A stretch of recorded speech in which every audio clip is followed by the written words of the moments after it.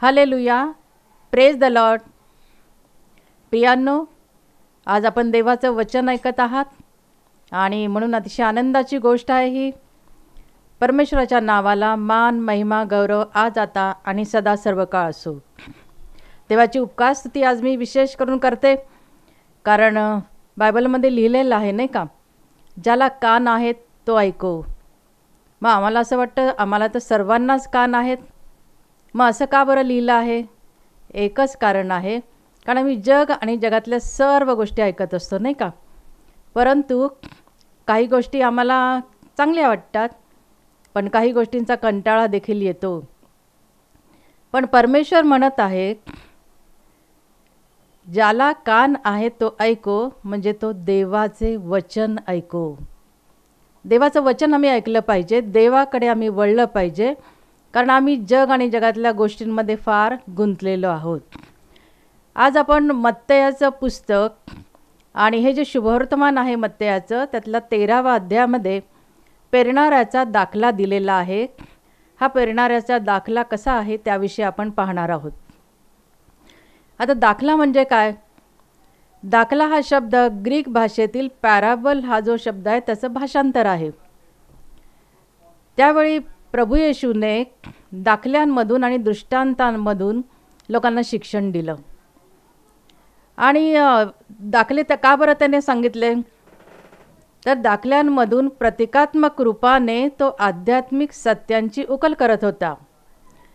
प्राप्त परिस्थिती त्यावेळची आणि त्या काळातल्या ज्या काही प्रतिमा आहेत सभोवती दिसणाऱ्या, यांचा प्रतिकात्मक उपयोग करून त्यांनी दाखल्यातून लोकांना शिक्षण दिलेलं आहे. कारण प्रभू येशू ज्या ज्या ठिकाणी जात असे त्या ठिकाणी मोठा जनसमुदाय त्याच्यामागे असे आणि प्रभूला ते गुरुजी म्हणून ओळखत असत आणि म्हणून शिक्षण देण्याचं काम त्यांनी केलेलं आहे. पण हे शिक्षण कोणतं आहे?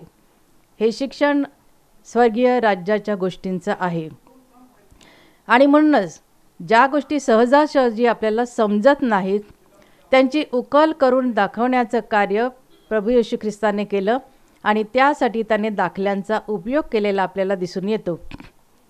आता हे जे दाखले आहेत ना, ते लोकांना त्यावेळेला समजत नसत आणि त्याचं महत्त्वाचं कारण म्हणजे स्वर्गातील राज्याच्या ज्या गुप्त गोष्टी आहेत त्यांचं प्रकटीकरण प्रभू येशू या दाखल्यांमधून त्यांना देत असे. आपण आता तो दाखला पाहणार आहोत आणि तो आहे पेरणी करणाऱ्याचा दाखला.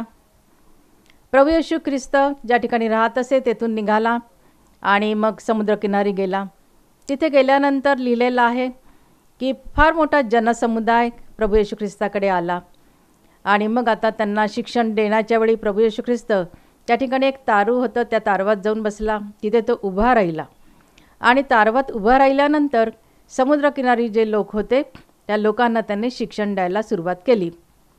आता हा जो दाखला आहे हा पेरणी करणाऱ्याचा दाखला आहे. आणि प्रभू म्हणाला की पहा, पेरणी करणारा जो आहे तो पेरणी करण्यासाठी निघाला आणि निघाल्यानंतर त्याच्या हातातलं काही बीज जे आहे ते बीज वाटेवरती पडलं. मग पाखरं आली आणि पाखरांनी ते काय केलं? बीज खाऊन टाकलं. काही बीज जे आहे ते खडकाळीवर पडलं. पण आपल्याला ठाऊक आहे खडकाळ जमीन जर असेल तर त्या जमिनीत ओलावा नसतो आणि म्हणून खडकावर जे बीज पडलं त्याला फारशी माती नसते आणि ती माती खोलवर पण नसते आणि त्याच्यामुळे जे बीज त्याने त्या ठिकाणी पडलं ते लवकरच काय झालं? रुजलं. पण ज्यावेळेला सूर्य उगवला आणि त्याला ऊन लागलं तेव्हा त्याला मूळच नव्हतं आणि म्हणून ते काय झालेलं आहे? वाळून गेलेलं आहे. काही बीज जे आहे ते काटेरी झुडपात पडलं आणि काटेरी झुडपात पडल्यानंतर त्या काट्यांमुळे काय झालेलं आहे? त्या काटेरी झुडपांनी त्याची वाढच खुंटवली आणि ते वाढू दिलं नाही. आणि मग ज्यावेळेला तो आपल्या शेताकडे गेला त्या जमीन सुपीक होती आणि आपल्याला ठाऊक आहे सुपीक जमिनीची उत्पादन क्षमता जास्त असते. सुपीक जमिनीमध्ये जेव्हा ते बीज पडलं तेव्हा काय झालं? ते रुजलं. आणि आपण पाहतो की काही ठिकाणी 100 पट पीक आलं, काही ठिकाणी 60 पट पीक आलं, तर काही ठिकाणी 30 पट पीक आलेलं आपल्याला पाहायला मिळतं. आता शिष्य जे आहेत ते प्रभू येशू ख्रिस्ताच्या जवळ गेले आणि मग त्यांनी प्रभूला विचारलं की प्रभूजी, आपण या लोकांशी दाखल्यांनी का बोलता? तर त्याने उत्तर दिलं. तो म्हणाला, स्वर्गाची रहस्य जाणण्याचं दान तुम्हाला दिलेलं आहे, पण हा जो मोठा जनसमुदाय आलेला आहे त्यांना मात्र तो नाही, त्यांना तो दिलेला नाही. कारण प्रभूचं वचन सांगतं, ज्या कोणाजवळ आहे त्याला मिळेल आणि ते भरपूर होईल, परंतु ज्या कोणाजवळ नाही त्याचे जे असेल ते देखील त्याचपासून काढून घेतले जाईल. यास्तव मी असता पाहत नाहीत. प्रभू येशू ख्रिस्त स्वतः देव होता. मग देव स्वतः समोर आहे, तो जे काही सांगत आहे ते समजत नव्हतं आणि तो देव आहे हे देखील त्यांना कळत नव्हतं. म्हणून प्रभू म्हणत आहे की मी असता ते पाहत नाहीत आणि ऐकत असता ऐकत नाहीत. ते ऐकत होते, प्रभू काय सांगत आहे हे सर्व ते ऐकत होते, पण तरीसुद्धा त्यांना समजत नव्हते. आणि मग यशया संदेष्टा आपल्याला ठाऊक आहे. जुन्या करारात यशया संदेष्टाचं पुस्तक आहे आणि हे पुस्तक यशयाने कधी लिहिलं किंवा यशया कधी होता? तर प्रभू येशू ख्रिस्ताच्या आधी, जवळजवळ 700 ते 800 वर्ष आधी. आणि हा जो यशया संदेष्टा त्याने आधीच लिहून ठेवलं होतं. त्याने काय लिहिलं माहिती आहे का? यशया म्हणतो, तुम्ही ऐकाल तर खरे परंतु समजणार नाही, पाहाल तर खरे पण तुम्हाला दिसणार नाही. कारण का? त्याने कारणही दिलेलं आहे. तो म्हणतो, या लोकांचे अंतःकरण जड झाले आहे, ते कानांनी मंद ऐकतात आणि आपले डोळे त्यांनी मिटले आहेत, यासाठी की त्यांनी डोळ्यांनी पाहू नये, कानांनी ऐकू नये, अंतःकरणाने समजू नये आणि त्यांनी वळू नये. वळू नये म्हणजे देवाकडे त्यांनी वळू नये आणि मी त्यास बरे करू नये. पण प्रभू म्हणाला आपल्या त्या जनसमुदायाला, आपल्या लोकांना तो म्हणाला की धन्य तुमचे डोळे. त्यांच्या डोळ्यांना तो धन्य म्हणत आहे. कारण का? ते पाहतात. कोणाला पाहतात? प्रभूला पाहतायत. आणि म्हणून प्रभू म्हणत आहेत, धन्य तुमचे डोळे की जे प्रभूला पाहतात, आणि धन्य तुमचे कान कारण ते ऐकतात. त्यांच्या कानांनाही त्याने धन्य म्हटलेलं आहे कारण ते ऐकतात. काय ऐकत आहेत? देवाचं वचन ते ऐकत आहेत. आणि प्रभू म्हणाला, मी तुम्हास खचित सांगतो, खचित याचा अर्थ ठामपणे सांगतो, की तुम्ही जे पाहता ते पाहाव्यास बहुत संदेष्टे आणि धार्मिक जन उत्कंठित झाले, तरी त्यांच्या पाहण्यात आले नाही, आणि तुम्ही जे ऐकता ते ऐकाव्यास ते उत्कंठित झाले, तरी त्यांच्या ऐकण्यात आले नाही. तेव्हा आपण पाहतो यशया आहे, यिर्मया आहे, यहेजकेल आहे, हे तर राष्ट्रांसाठी नेमलेले संदेष्टे होते. त्यांना उत्कंठा होती. आपल्याला ठाऊक आहे की यशयाने त्या प्रभू येशू ख्रिस्ताच्या जन्माविषयीचं सगळं भविष्य 700-800 वर्षापूर्वी लिहून ठेवलं होतं आणि त्याचा मृत्यू कशा प्रकारे होणार आहे ते देखील त्याने लिहून ठेवलं होतं. आणि असा हा जो यशया आहे, त्या यशयाने हे लिहिलेलं आहे आणि त्यावेळेलाच त्याने लिहून ठेवलेलं आहे. ही लोक, त्यांचं अंतःकरण कसं असेल? जड असेल. म्हणजे प्रभू येशू ख्रिस्ताच्या काळामध्ये प्रभूचं वचन ऐकण्यासाठी ते येतील, त्याच्या मागे येतील, पण त्यांचं अंतःकरण जड असेल आणि डोळे आहेत पण ते पाहत नसतील, कान असून सुद्धा ते ऐकत नसतील.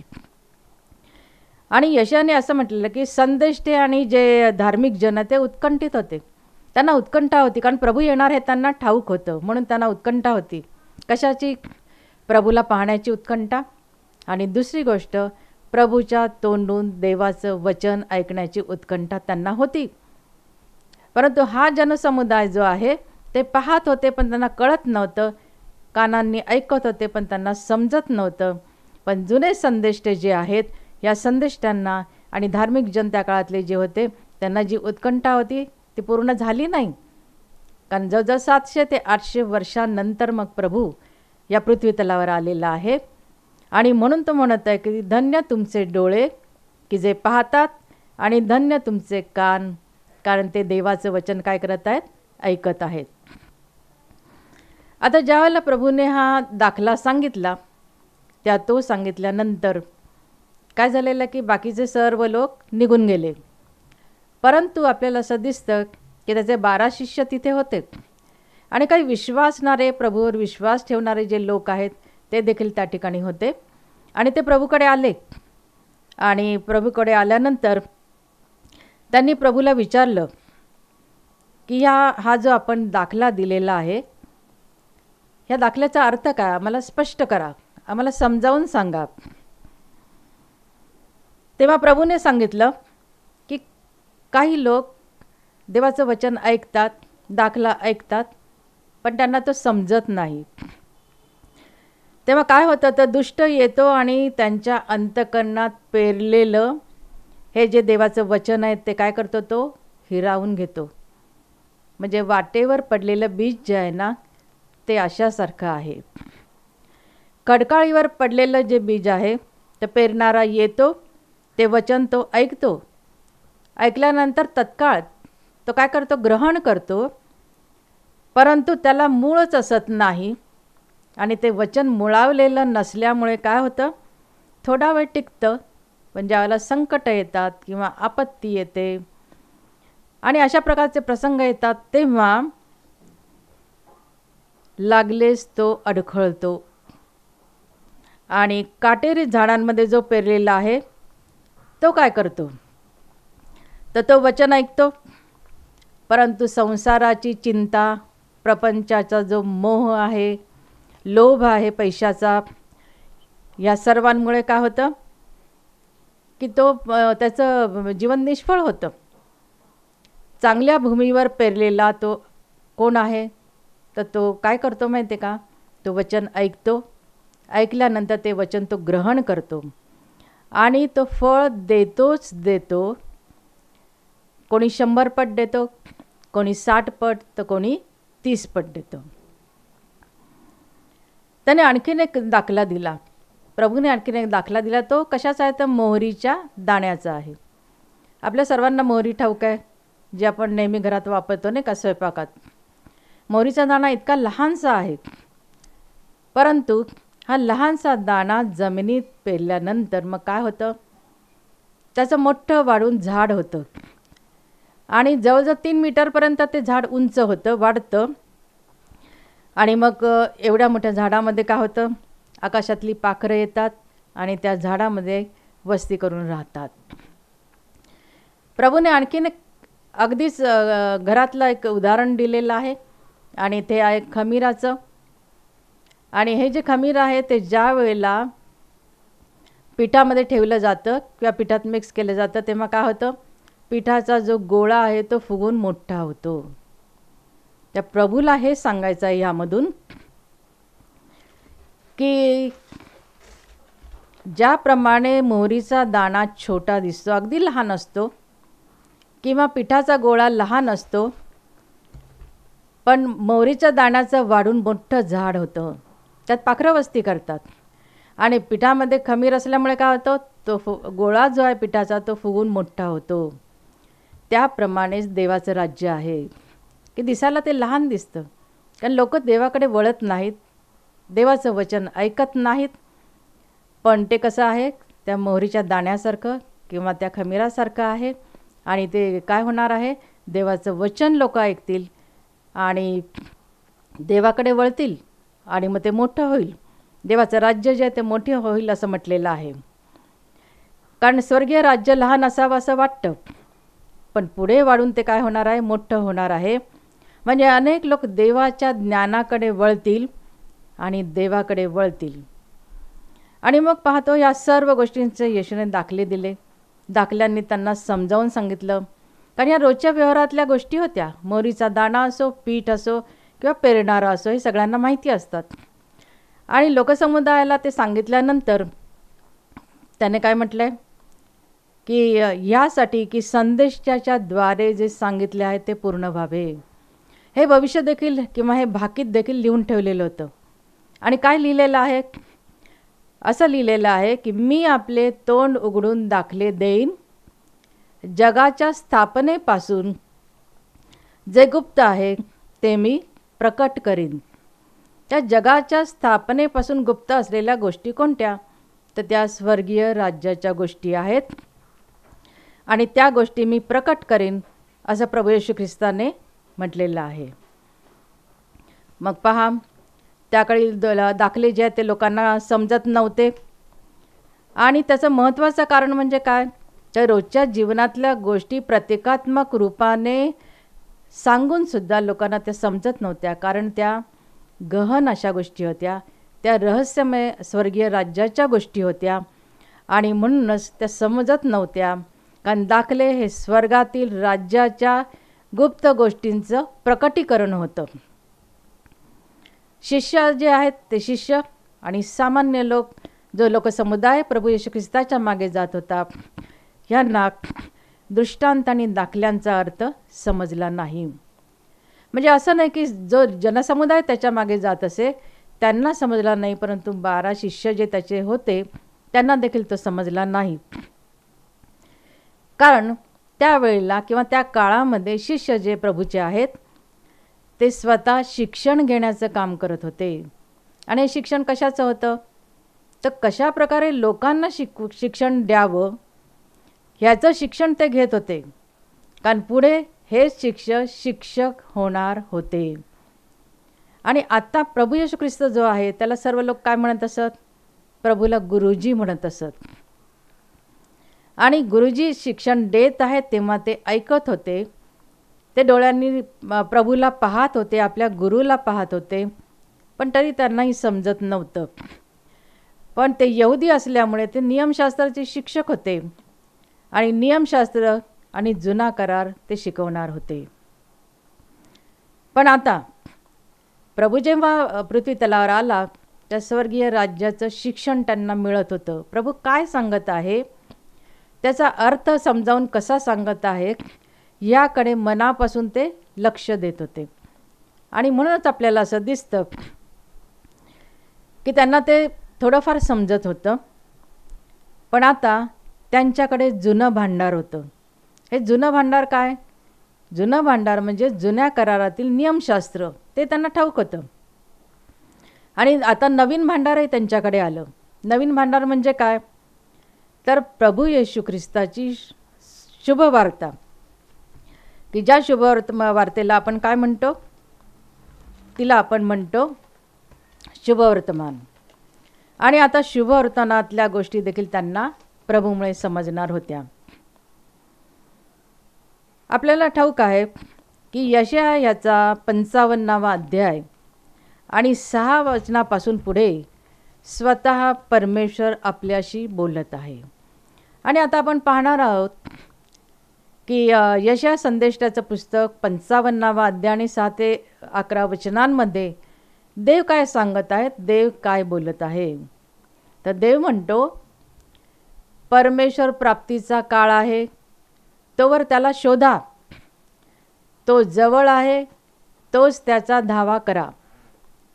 दुर्जन आपला मार्ग सोडो, अधर्मी आपल्या कल्पनांचा त्याग करो आणि परमेश्वराकडे वळो, म्हणजे तो त्याचवर दया करील. तो आमच्या देवाकडे वळो, कारण तो त्याला भरपूर क्षमा देखील करेल. कारण माझ्या कल्पना तुमच्या कल्पना नव्हेत, माझे मार्ग तुमचे मार्ग नव्हेत, असे परमेश्वर म्हणतो. कारण आकाश जसे पृथ्वीहून उंच आहे, तसे माझे मार्ग तुमच्या मार्गांहून आणि माझ्या कल्पना तुमच्या कल्पनांहून कशा आहेत? उंच आहेत. पहा, पाऊस आणि बर्फ ही आकाशातून पडतात आणि पाऊस पृथ्वीला काय करतो? भिजवून तिला सफळ आणि हिरवीगार करतो. आणि त्याशिवाय पेरणाऱ्यास बीज आणि खाणाऱ्यास भाकरी दिल्या वाचून ती परत वर जात नाहीत. त्याप्रमाणे माझ्या मुखातून निघणारे वचन होईल, ते माझी इच्छा पूर्ण केल्या वाचून व ज्या कार्याकरता मी ते पाठवले आहे ते केल्या वाचून मजकडे विफल होऊन परत येणारच नाही. खरोखर ही परमेश्वराची आमच्यावर असलेली दया आहे, परमेश्वराची आमच्यावर असलेली कृपा आहे. आणि आम्ही खरोखर मनापासून परमेश्वराची उपकार स्तुती करतो, ती ह्यासाठी की त्याने पवित्र शास्त्र आमच्या हातात दिलेलं आहे.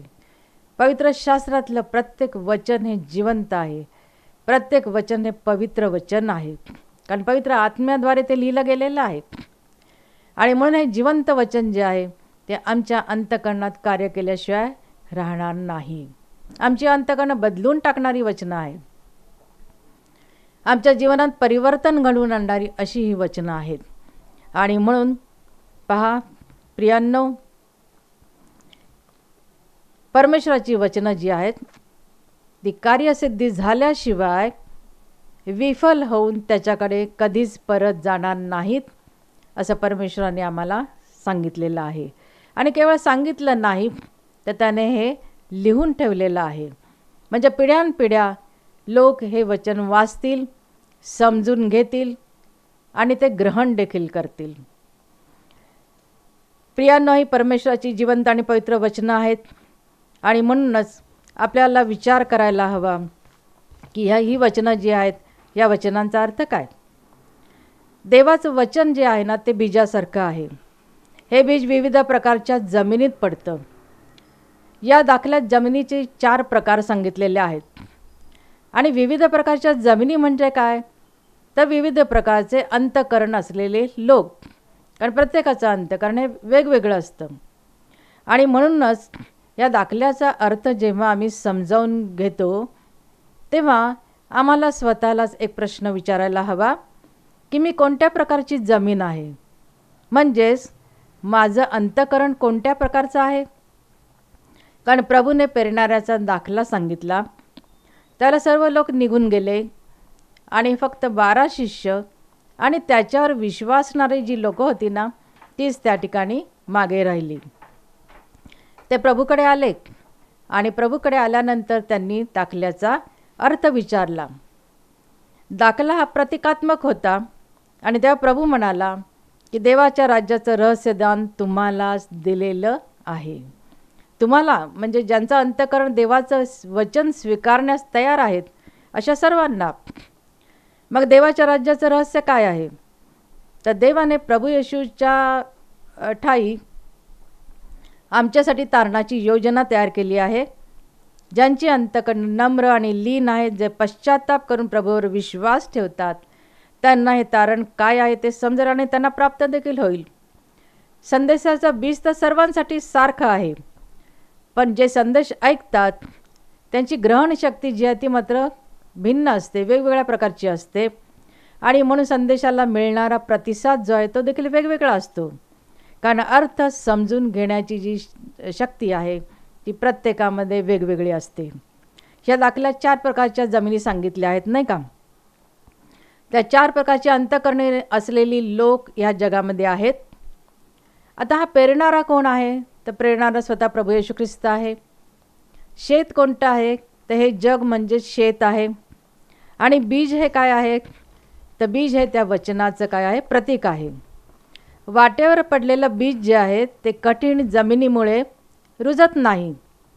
त्या कठीण अंतःकरणाचे जे लोक आहेत त्यांच्यात ते शिरत नाही आणि सैतान पाखराप्रमाणे येऊन ते बीज काय करतो, त्यांच्या अंतःकरणातून काढून घेतो. प्रभू येशू ख्रिस्ताच्या काळातील शास्त्री आणि परुषी लोक हे असेच होते. प्रभूला पाहत होते, त्याचं वचन ऐकत होते, परंतु कान असून न ऐकणारे आणि कठीण अंतःकरणाचे ते लोक होते. आता खडकाळ जमिनीत मातीचा थर कमी असतो, त्याच्यामुळे विश्वासाची जी मुळं आहेत ती रुजलेली नसतात, ती खोलवर जातच नाहीत. आणि म्हणून सूर्य उगवला म्हणजे संकट आली तर ते काय होतात, लगेच अडखळतात. म्हणजे देवाचे आशीर्वाद तर हवे असतात, पण त्यासाठी जी किंमत आपल्याला मोजायला हवी आहे त्यासाठी त्यांची तयारी मात्र नसते. काटेरी झुडपं असणारी जमीन म्हणजे देवाचं वचन स्वीकारून ते त्यावर विश्वास ठेवतात, पण काटे म्हणजे काय, तर स्वार्थ. आणि आपण पाहतो आजचं जग मी, माझे आणि मला या शब्दांभोवती फिरत आहे. प्रत्येकजण त्याभोवती फिरत आहे. प्रपंचाची, संसाराची चिंता, काळजी, संपत्तीचा मोह आहे, लोभ आहे आणि त्यामुळे आध्यात्मिक जीवन निष्फळ होतं. चांगली जमीन म्हणजे सुपीक फळ देणारी जमीन. या जमिनीत उत्पादन क्षमता चांगली असते तरीसुद्धा प्रभू म्हणतो काही ठिकाणी 100 पट पिकेल, काही ठिकाणी 60 पट, तर काही ठिकाणी 30 पट पिकेल. या दाखल्यावरून हेच शिकायचं आहे की आमचं अंतःकरण जे आहे ते या जमिनीसारखं आहे. जमिनीत दगडगोटे आहेत, काटेकुसळं आहेत, काटेरी झुडपं आहेत, पण लोभ, द्वेष, मत्सर, निंदा, खोटेपणा किंवा दुष्ट वासना या मनुष्यामध्ये यातलं काहीतरी निश्चित असतं. तर हे सगळं काय करायला हवं? दूर करायला हवं. म्हणून फळ देण्यासाठी अंतःकरण स्वच्छ आणि शुद्ध करायला हवं. वाईट गोष्टींचा आम्ही त्याग करायला हवा आणि जमिनीची मशागत करून जेव्हा रोपांना आम्ही पाणी घालतो, खतांचा योग्य वापर करतो, तेव्हा चांगलं पीक येतं. त्याचप्रमाणे पवित्र शास्त्राचं वाचन करणं, प्रार्थनेत तत्पर असणं आणि वचनांचं मनन आणि चिंतन करून त्याचा अर्थ समजावून घेण्याची आम्हाला जास्त गरज आहे. म्हणजेच काय होईल? तर फलप्राप्ती होईल. आणि म्हणून आज आपण विचार करूयात, माझं अंतःकरण खरोखर कसं आहे? ते कठीण जमिनीसारखं आहे, ते खडकाळ जमिनीसारखं आहे, की काटेकुसऱ्यांची जमीन जी आहे त्याप्रमाणे आहे, की भरपूर पीक देणाऱ्या सुपीक जमिनीसारखं आहे? त्या आपल्या अंतःकरणात जर दगडगोटे, काटेकुसळे असतील तर आपण काय करायला हवं? ती काढून टाकायला हवीत आणि जगातल्या सर्व गोष्टी ज्या आहेत त्यांच्यामध्ये न रमता देवाचं ज्ञान ग्रहण करण्यामध्ये आपण आपलं लक्ष लावायला हवं, कारण हेच ज्ञान आपल्याला स्वर्गीय जीवन देणार आहे. आज या दाखल्यामधून देवाने बोध केलेला आहे, शिक्षण दिलेलं आहे. मनापासून मी त्याचे उपकार मानते. देवबाप तुम्हाला भरपूर आशीर्वाद देव, आपला मुखप्रकाश तुमच्यावर पाडो. धन्यवाद.